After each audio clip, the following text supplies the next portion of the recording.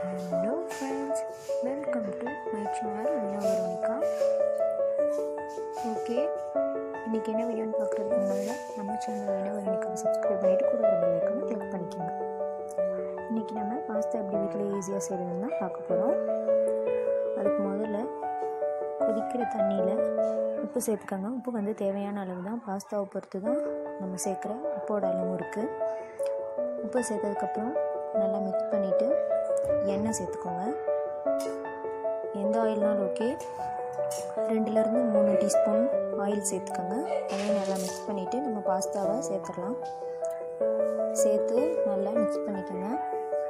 நம்ம ஆயில் எதுக்கு சேர்த்துறோம்னா பாஸ்தா ஒன்றோட ஒன்று ஒட்டாமல் இருக்கிறதுக்காக தான் ஆயில் சேர்க்குறோம். பாஸ்தாவை போட்டதுக்கப்புறம் நல்லா மிக்ஸ் பண்ணிடுங்க.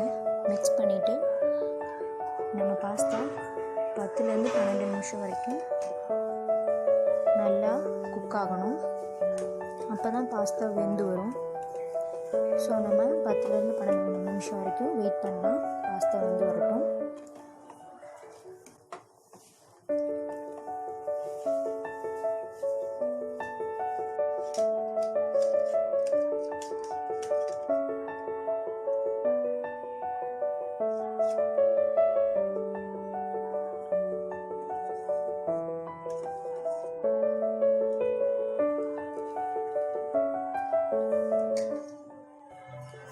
இப்போது நம்மளோட பாஸ்தா ஓரளவுக்கு நல்லாவே ஃபுல்லாகவே குக் ஆயிடுச்சு. இப்போது நம்ம இதில் இருக்க தண்ணியை வடிச்சிட்டு பாஸ்தாவை மட்டும் தனியாக எடுத்து வச்சுக்கலாம். இப்போ நம்ம பேனில் 3 டீஸ்பூன் ஆயில் சேர்த்துக்கலாம். சேர்த்துட்டு அதில் கடுகு உளுந்தும் கருவேப்பிலையும் போட்டுக்கலாம்.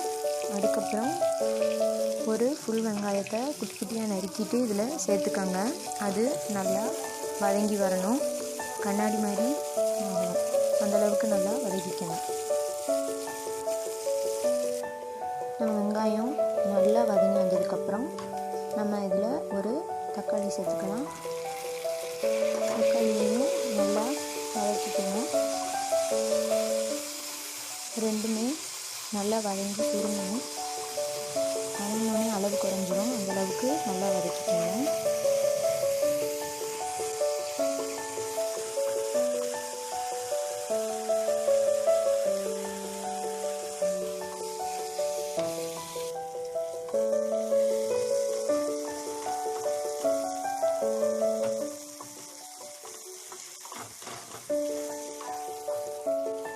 இப்போ நம்மளோட இந்த வெங்காயம் தக்காளி இதெல்லாம் நல்லா வதங்கிருச்சு ஓரளவுக்கு.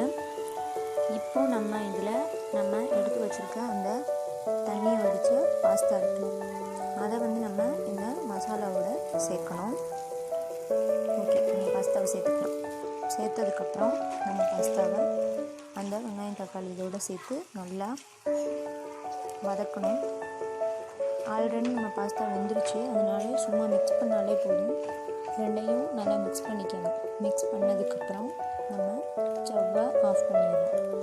பண்ணிவிட்டு நம்ம கிச்சப் வந்து ஆப்ஷனல் தான், இருந்தால் ஊற்றலாம், இல்லைன்னா தேவையில்லை. இப்போ வந்து இது டொமேட்டோ சாஸ் தான் இதில் ஊற்றுறோம். உங்கள்கிட்ட சாஸ் இருந்தால் ஊற்றிக்கோங்க, இல்லைன்னா விட்டுறலாம். இப்போது அந்த சாஸையும் சேர்த்ததுக்கப்புறம் நல்லா மிக்ஸ் பண்ணிக்கோங்க. மிக்ஸ் பண்ணிவிட்டு அவ்வளோதான், நம்ம பாஸ்தா ரெடி ஆயிடுச்சு. ஓகே ஃப்ரெண்ட்ஸ், தேங்க்ஸ் ஃபார் வாட்சிங் திஸ் வீடியோ.